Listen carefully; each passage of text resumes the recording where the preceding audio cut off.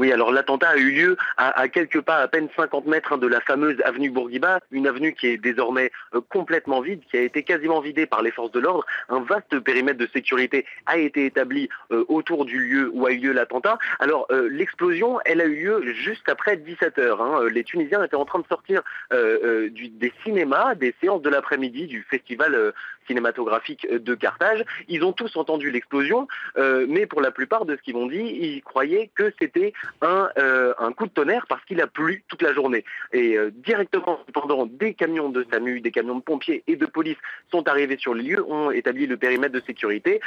Alors désormais, ça s'est un petit peu calmé. Les policiers ont réussi à évacuer la plupart des Tunisiens qui étaient venus pour observer ce qui se passait. Et ils sont donc tous rentrés chez eux. Les rues sont en train de se vider, mais bien évidemment, tout le monde est choqué parce que ça devait être une semaine qui célébrait la culture cette semaine avec le festival de Carthage, et finalement il y a eu cet attentat qui va sûrement jeter l'ombre sur cette semaine qui aurait dû être une semaine joyeuse. Alors toujours pas de revendication à l'heure où l'on se parle, mais ce que l'on peut dire et redire, c'est que la Tunisie est la cible aujourd'hui des terroristes. On a évidemment en tête l'attentat contre le musée du Bardo, c'est en mars dernier, et puis l'attentat également de Sousse en juin dernier qui avait fait une 60aine de morts.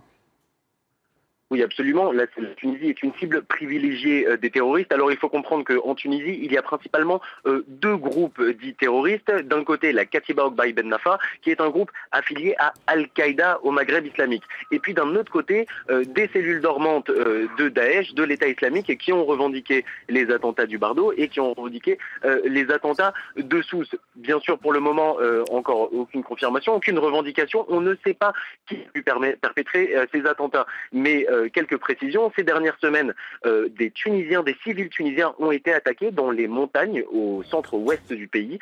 Il y en a un jeune de 16 ans qui a été décapité, un autre, un berger, a été exécuté. C'est tout nouveau ça en Tunisie parce que jusque-là, la Katiba Ben Nafa, donc affiliée à Al-Qaïda, s'attaquait principalement aux forces de l'ordre, alors que d'un autre côté, les cellules dormantes de Daesh s'étaient attaquées donc cette année aux touristes étrangers, donc les ciblant particulièrement. Cette nouveauté, ces civils tunisiens, il n'y a pas encore d'analyse concrète sur pourquoi cette évolution a eu lieu. Il n'y a pas non plus eu de revendication. C'est pour ça qu'il est d'autant plus compliqué aujourd'hui de faire des présomptions sur cet attentat-ci qui a donc visé la garde présidentielle et donc des autorités de l'État. Merci beaucoup, merci Sandro Lutin, notre correspondant de France 24 en direct de Tunis. Nous sommes